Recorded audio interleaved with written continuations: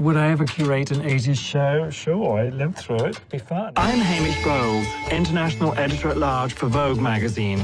I travel the world seeking out the most singular pieces to add to my couture collection, a collection which I've spent nearly a lifetime assembling. If it's out there, I'll find it on Vintage Bowles. The Drouot is a uniquely Parisian institution. There are a dozen rooms or so, and the various auction houses, of which there are a plethora, hire out the rooms. So you have this complete mixed bag. I mean, it's a really fun and overwhelming place to go and visit. You just never know what you're going to find. Hi, how are you? I'm Penelope Blancard, and this is a fashion auction about the 80s.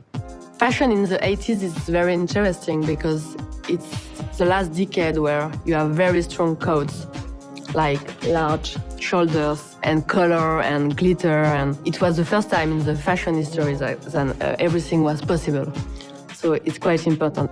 So tell me about this. It's all from different... Yeah, all different clients. Yes. Always. It's full of very extreme 80s fashion from designers like Mugler, Montana, Castelbajac. It's a trip down memory lane because I remember so many of these collections. I hope I end up with something thrilling. It's very interesting, like dress, because it's from the constructivist collection of Gaultier. It's a quite rare piece to have a lot of interest on it.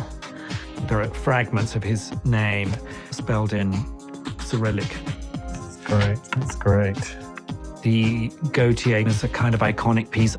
I think there'd probably be quite stiff competition for that because it was an important collection for the designer. It was an important collection for the decade, and it's a very emblematic piece. That rather strange, slightly murky 1940s palette that he kind of reintroduced to fashion.